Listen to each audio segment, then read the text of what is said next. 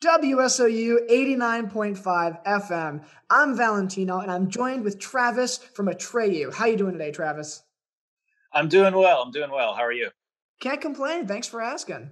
Got Right on. some very, very exciting stuff coming out. Brand new album, Baptized, June 4th. How you feeling? I'm feeling good. Yeah, it's right now. It's kind of the calm before the storm, which isn't so calm really. It's a lot of stuff going on, a lot of moving parts, and but it's exciting though. You know, we've been sitting on this record for better part of 4 or 5 months, so it feels good to finally release it onto the world. I imagine like a normal album cycle already takes a lot of work, but then when you're adapting to this pandemic kind of life we're in, I'm sure there's a lot of moving parts that always have to be adjusted like 10 times over now. Yeah, it can be really really tricky because obviously nobody's really ever experienced this before, so we're kind of just learning as we go along or making it up as we go along, and which we've kind of always done anyway.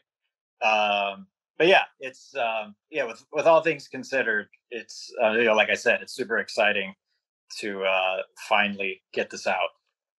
Definitely, definitely. Now, diving right into the album itself, kind of some questions I had about the record.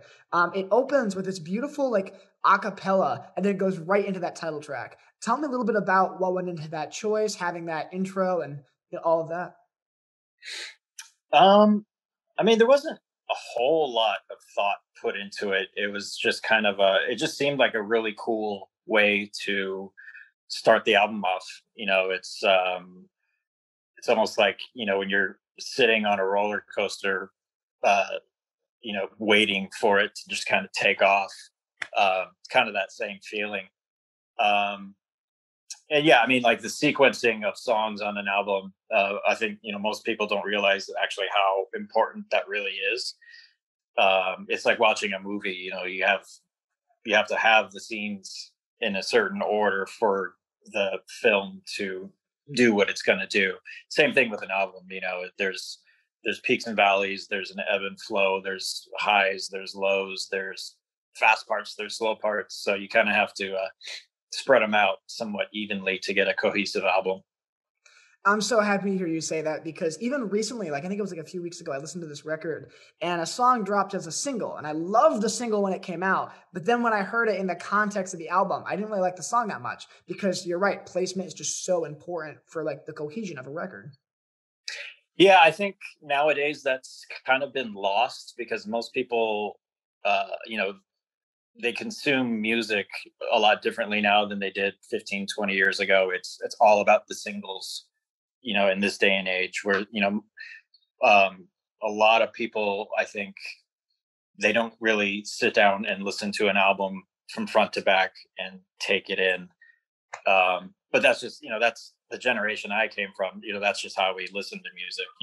You went out and you bought a CD, sometimes just solely based on word of mouth or like even just like the cover art.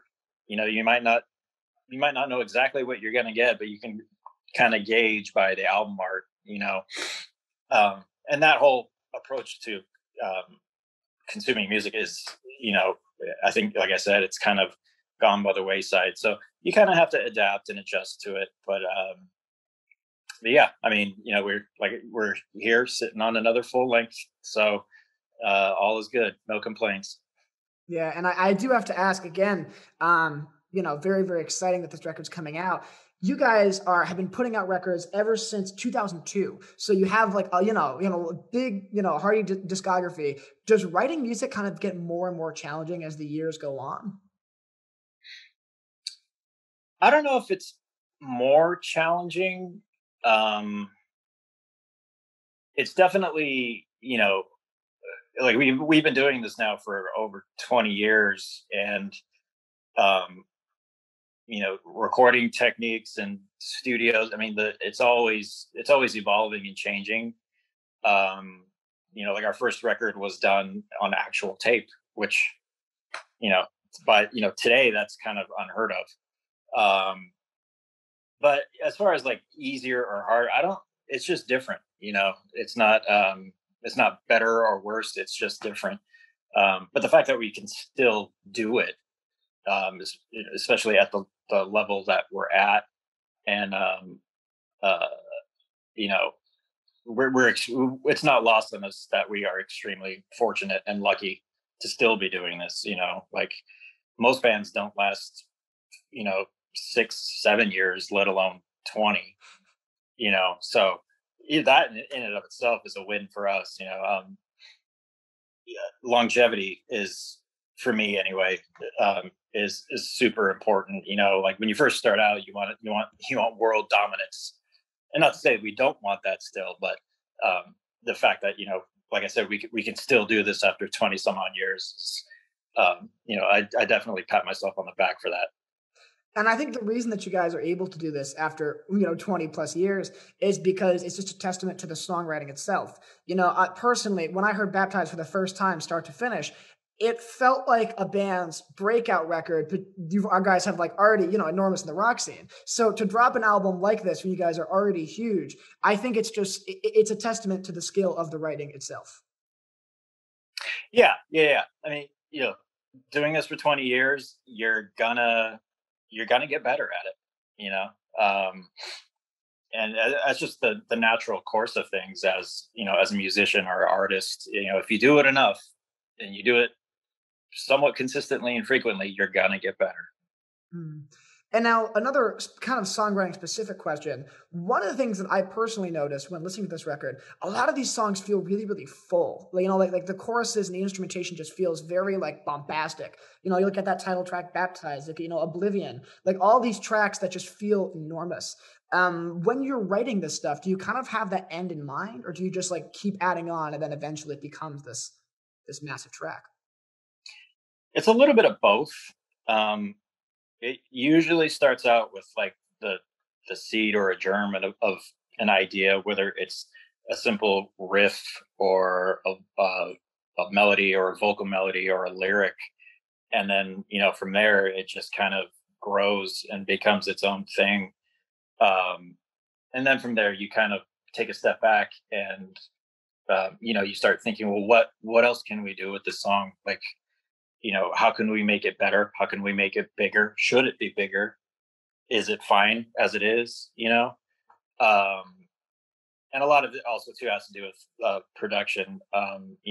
John Feldman doesn't make small little indie records. They're huge. They, like you said, they sound huge and amazing. And it's a good feeling, once you've sat down and wrote a song, and then you've tracked everything, and then you hear it start to evolve into becoming what it's going to eventually become. It's and especially listening back in the huge studio speakers, just getting your eardrums blown out. It's a good feeling. And now I have to ask again, working with John Feldman, arguably one of the most like incredible, notorious producers in like the last 10 years, from like 2010 to like 2021. Pretty much almost every like major rock record has been produced by him. Tell me a little bit about what it's like working with him. It's pretty much just grab a hold of something and hold on as tight as you can. His energy level is astounding to me, and he's like 10, 12 years older than me, and I'm the old guy in the band. So just to watch him work at that level is super inspiring. Definitely, definitely. Now, when you're writing, is he very like in the hands on, like, oh, I don't like that particular note, or is he very much, okay, I like it, maybe we can more vague?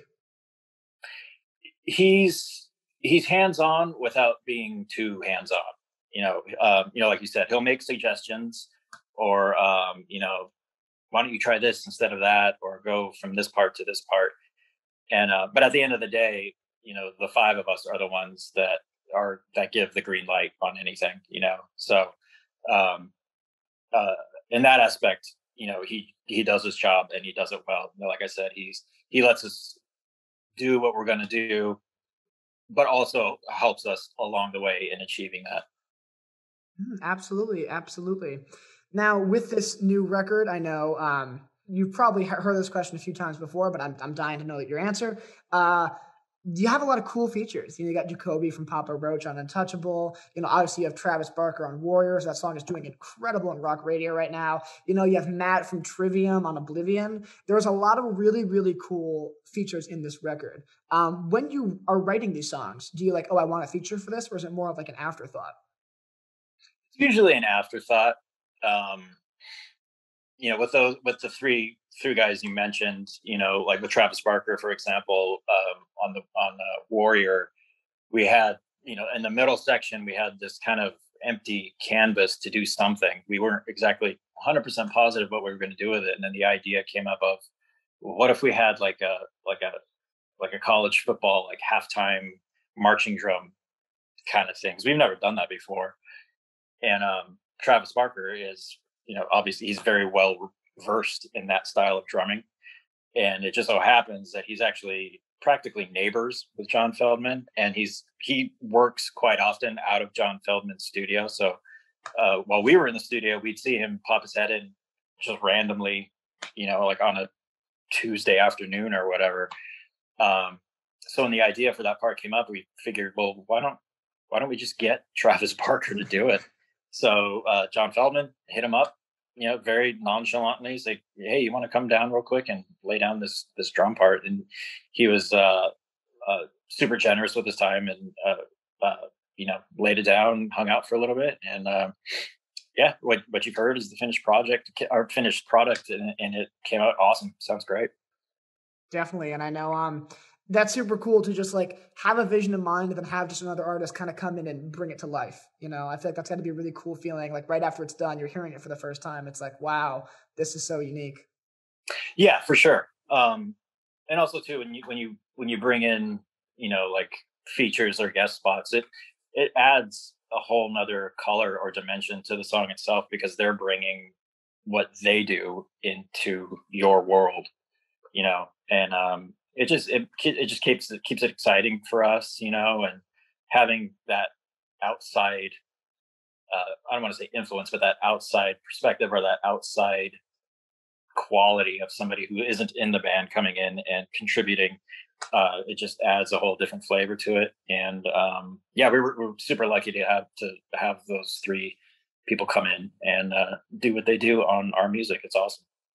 Absolutely. Absolutely. Now, another question that I have kind of a more geared in this record. It has one of the most cool, unique album covers I've seen. Where I don't really see this color scheme that much, where it's like that blue with that bright orange. When you're writing this record, did that kind of come to mind immediately? Or like after the record was finished, were you like, okay, this kind of fits with that sound? It's more so after all is said and done, then we kind of start thinking about artwork. Um, and yeah, like you said, the whole blue and orange thing. I remember when I first saw it, I was like, well, I would have never thought to put blue and orange together. But it worked, the cover and the artwork in general to me is, very, very striking and interesting.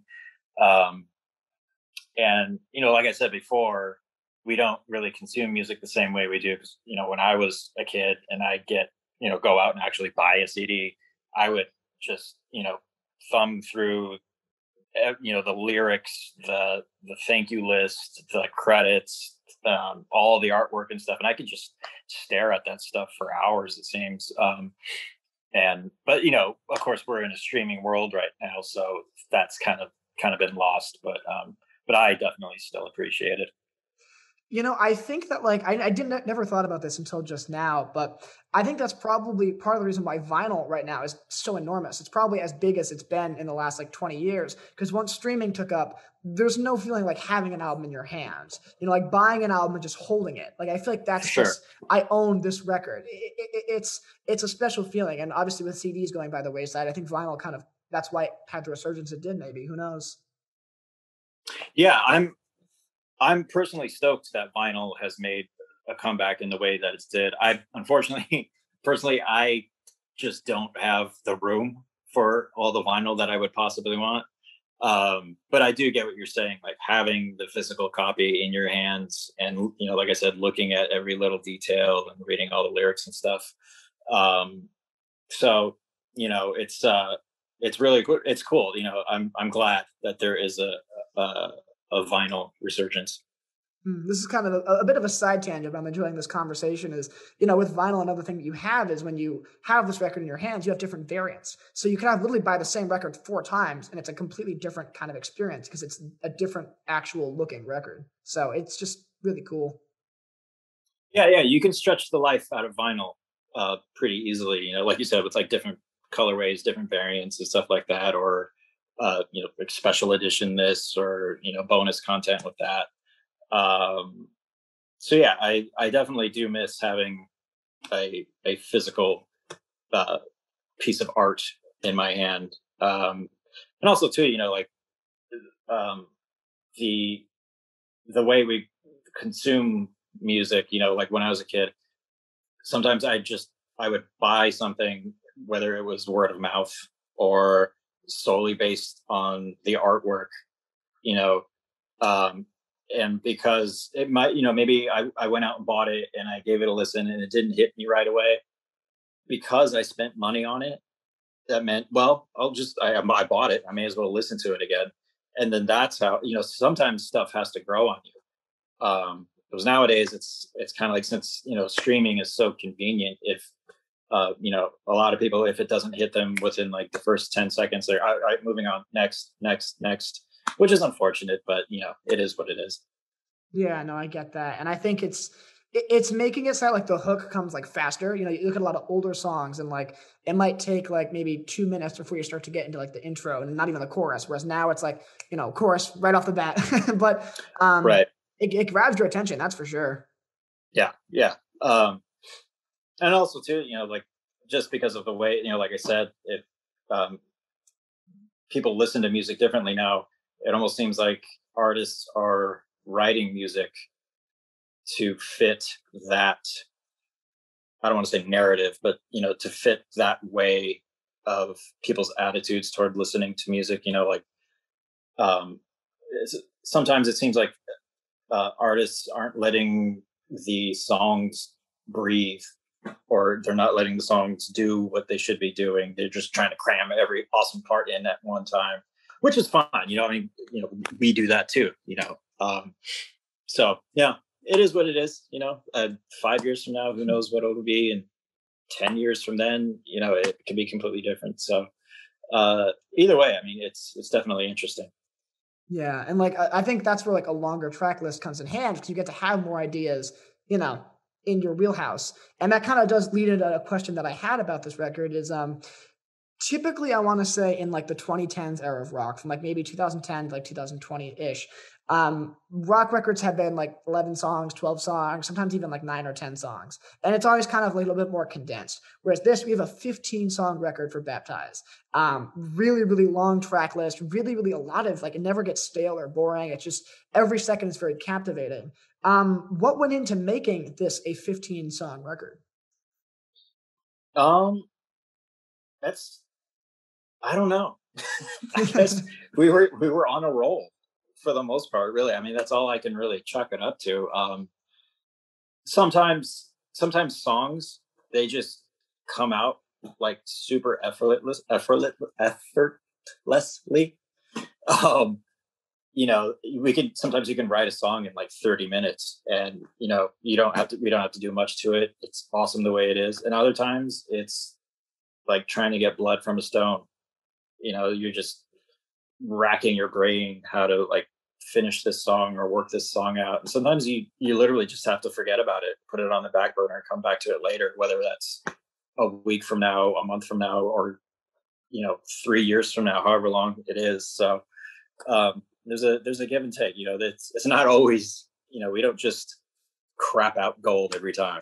So I wish we could, but so yeah, I mean, a lot of work definitely went into it.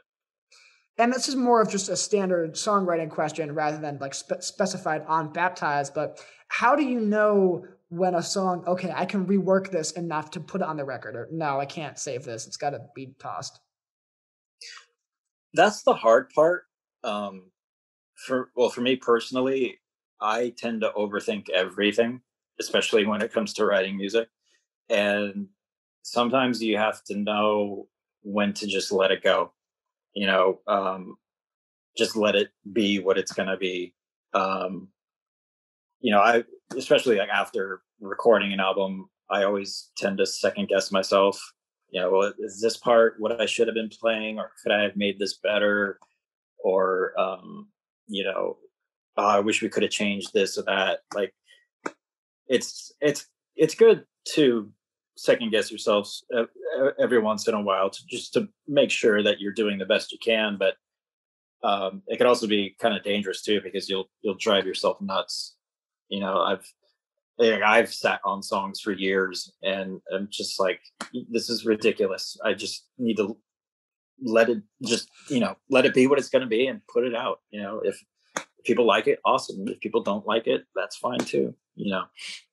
I mean, you look at artists like Pierce the Veil. I know I've heard a few interviews with Vic Fuentes, and one of Vic's big thing is like, I have to learn to just like stop working on a song. So I could work on a song for like 10 years straight and just still keep working on it. There's a moment where you got to be, okay, it's good enough to be released. I got to stop trying to do everything.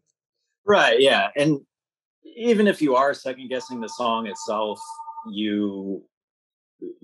mean, it might not be super awesome to you right at that moment, but somebody somewhere might hear it and be like, "Oh my god, this is the best thing I've heard ever." you know Yeah. or it could be the complete opposite. "Oh my god, this is complete garbage." So yeah, it's a lot of the times it's just out of your hands, and you got to put it out in the world. Absolutely, absolutely. Well, in terms of questions, I'm going to switch gears a bit. I'm going to go kind of in a new direction here. Obviously, Alex left the band, and typically when either a vocalist or instrumentalist and they leave, there's a little bit of anxiety of, okay, well, what's it going to sound like next? Well, this record, as I've stated before, it's absolutely phenomenal. It's incredible. When you were writing this, was it tough to kind of overcome that core member loss, or was it easier to like did it just kind of come out naturally for this record? We did have to tweak a couple things, but it wasn't like we had to, okay, we got to, go back to the drawing board and start over completely. Um, yeah, and I see what you're saying too, definitely about, there aren't very many bands who have uh, changed frontman and have succeeded past that. You know what I mean? Like, they're pretty much the only band that really comes to mind is like ACDC, and we are no ACDC. So yeah, I mean, it can be scary, but the silver lining is the fact that Brandon has now moved from behind the drums up to the front man position. So it's not like we got a complete stranger to come in and fill that void. It's a familiar voice and a familiar face uh, up on the mic now. And we got our buddy Kyle Rosa to. He's now our drummer, and he's worked with us. He was actually our drum tech for a number of tours, and he also plays in Brandon's other band, Hell or High Water. So yeah, he's been a homie for years. So um, yeah, I don't think it's going to be as jarring as it could have been. Like I said, like, we didn't get a complete stranger, and we didn't have to introduce anybody completely new to the lineup. Yeah, and sometimes we introduce like a brand new person that has no history with the band. Like there's some tension of like songwriting or stuff, and then touring. But I'm sure it's going to be weird for you guys when you play shows after this pandemic is over to kind of have Brandon like on the front stage rather than just behind the drums back. I bet like the weird live dynamics is going to be really different. Um, Honestly, not really, because we did a tour in 2019. We did a European tour, but at the time, Alex, our previous vocalist, he had a back injury, and the last thing he was advised to do was to sit on an airplane for 12 hours to go to Europe and play 3 weeks of shows, and then sit on an airplane for 12 hours and fly home. So that was just out of the question. So we had to scramble and come up with a solution, because there was no way we could cancel the tour. So we've actually had this lineup before. So that European tour was almost like a trial run. It's just we didn't know it at the time. So it went, all things considered, it's been a pretty smooth transition. That's awesome that you guys had like that opportunity to like test it out before. You obviously didn't know what it was, but test out the Right. dynamic before it actually happened. Yeah, yeah, and Brandon's been working his ass off. Trying, because now he's obviously the front man, so he's not just sitting behind drums bashing away at them. He's running all over the place, and I don't know if you've seen him, but he's a big guy.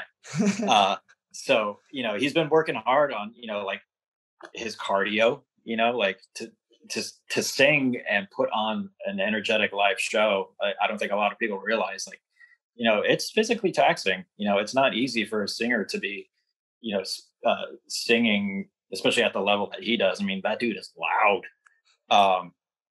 So yeah, he's been working hard and he's been putting in times. I mean, and we all have really, like, 2020 was obviously a mess, and we couldn't go out on tour or anything. So we had a lot of time on our hands. So like me personally, I was playing guitar more than I have in quite a long while, So yeah, I mean, if there was any silver lining of the whole pandemic thing, it's been that we've had extra time on our hands to kind of get better as musicians in general.